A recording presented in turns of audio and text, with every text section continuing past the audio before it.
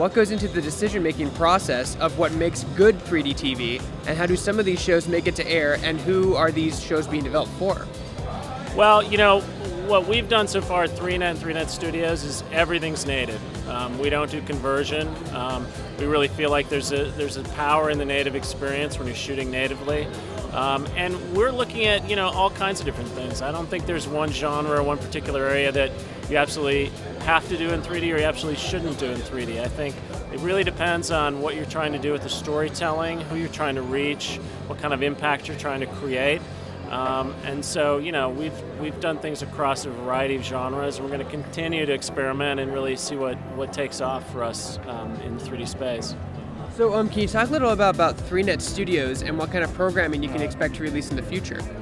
So 3net Studios will be producing in 3D as well as in 4K and 3D 4K. And we'll continue to produce in the vein that we've been doing for producing for 3net. So documentaries, some scripted programming, animation, across the board. We'll continue to really look at those kinds of programs that we think 3D can really bring something to the storytelling and bring the character and visuals to life. And a lot of people think right now that 3D is just a fad. What is it going to take to win that majority over? Well, I think we're seeing that already. Theatrically, what we've seen is the percentage of people who are choosing 3D in the theater has basically sort of leveled out now to around 50%. It's a little higher internationally. And then there's certain films like Life of Pi where we're seeing it 65–70% of the audience is choosing 3D. And I think more often we're going to see is there's an audience for 3D, and then there's a small audience that probably isn't looking for 3D, and that's fine. But if we're able to attract over half of the consumers out there, which everything says today that's the case, I think that's well beyond a trend and really a big market for us to monetize in. And we saw all networks switch to HD TV programming for hit shows. How far away is it for 3D? I don't know. It's a good question. We're seeing with ESPN obviously has a 3D service. 3net is a joint venture with Discovery and Sony and IMAX.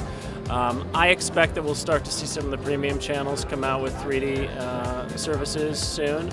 And then, I think the rollout is really going to depend on how quickly these get into the home, and it looks like it's going to be fairly quickly. How quickly we get to auto stereo, which will have a huge impact, I think, on the industry, and also how the pacing of 4K and 4K 3D trends as well. And where do you see 3D TV programming 5 years from now?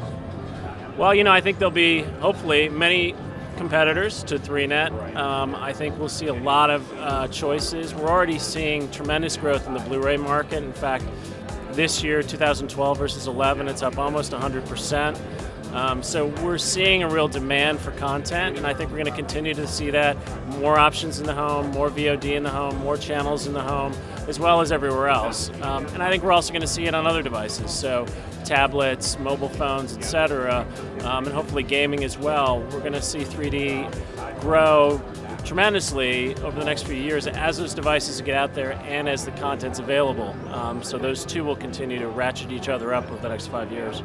And for people who have 3D TVs that say, man, I wish I had, more 3D content, and they've never heard of 3net, can you talk about that for a second? Well, we hope to solve that.